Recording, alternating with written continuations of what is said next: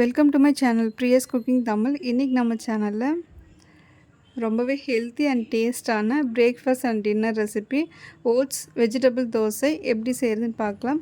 Video skip பண்ணாமல் கடைசி வரைக்கும் பாருங்கள். ஃபஸ்ட்டு இந்த தோசை செய்கிறதுக்கு தோசை பேட்டர் ரெடி பண்ணிக்கலாம். அதுக்கு ஒரு மிக்ஸி ஜாரில் 1 கப் ஓட்ஸ் சேர்த்துக்கோங்க.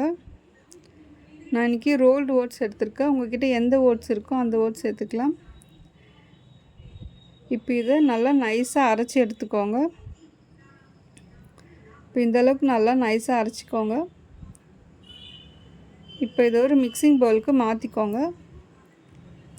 இப்போ இது கூட 2 ஸ்பூன் கடலை மாவு சேர்த்துக்கோங்க. தேவையான அளவு உப்பு சேர்த்துக்கோங்க. 1/4 ஸ்பூன் மஞ்சள் தூள், 1/2 ஸ்பூன் மிளகாய்த்தூள், 1/4 ஸ்பூன் கரம் மசாலா சேர்த்துக்கோங்க. இப்போ இது எல்லாத்தையும் நல்லா மிக்ஸ் பண்ணி விட்டுக்கோங்க. இப்போ இந்தளவுக்கு நல்லா மிக்ஸ் பண்ணதுக்கப்புறம் இதில் பொடியாக நறுக்கின வெங்காயம், குடைமிளகாய், தக்காளி, கொத்தமல்லி சேர்த்துக்கோங்க. இப்போ இது எல்லாத்தையும் சேர்த்துட்டு நல்லா மிக்ஸ் பண்ணி விட்டுக்கோங்க.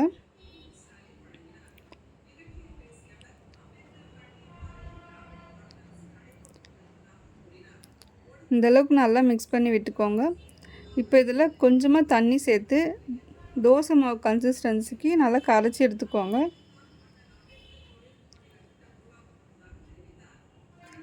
இந்த தோசை குயிக்காகவே ஒரு 5 to 10 மினிட்ஸில் ரெடி பண்ணிடலாம். இப்போ இந்தளவுக்கு நல்லா கரைச்சி எடுத்துக்கோங்க.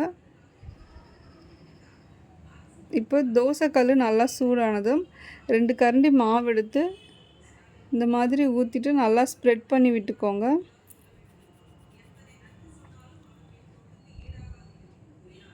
உங்களுக்கு தேவைப்பட்டால் கொஞ்சமாக எண்ணெய் சேர்த்துக்கோங்க.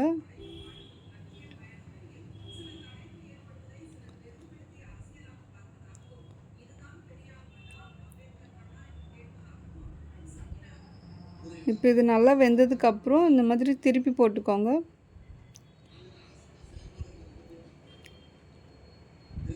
ரெண்டு பக்கமும் நல்லா வெந்து வரணும்.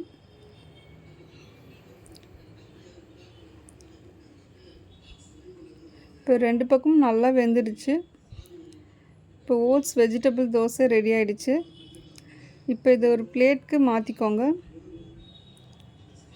இந்த தோசைக்கு சைட் டிஷ் எதுவுமே தேவைப்படாது. அப்படி உங்களுக்கு தேவைப்பட்டுச்சுன்னா சட்னி கூட வச்சு சர்வ் பண்ணிக்கோங்க. இந்த தோசை ரொம்பவே சாஃப்டாக இருக்கும். வெயிட் லாஸ் பண்ணணும்னு நினைக்கிறவங்க இந்த தோசையை பிரேக்ஃபாஸ்ட் அண்ட் டின்னருக்கு எடுத்துக்கலாம். ரொம்பவே ஃபில்லிங்காக இருக்கும்.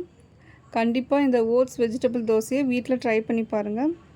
உங்களுக்கு இந்த வீடியோ பிடிச்சிருந்தா மறக்காமல் பிரியாஸ் குக்கிங் தமிழ் சேனலை சப்ஸ்கிரைப் பண்ணிவிட்டு லைக் பண்ணிக்கோங்க. தேங்க்யூ.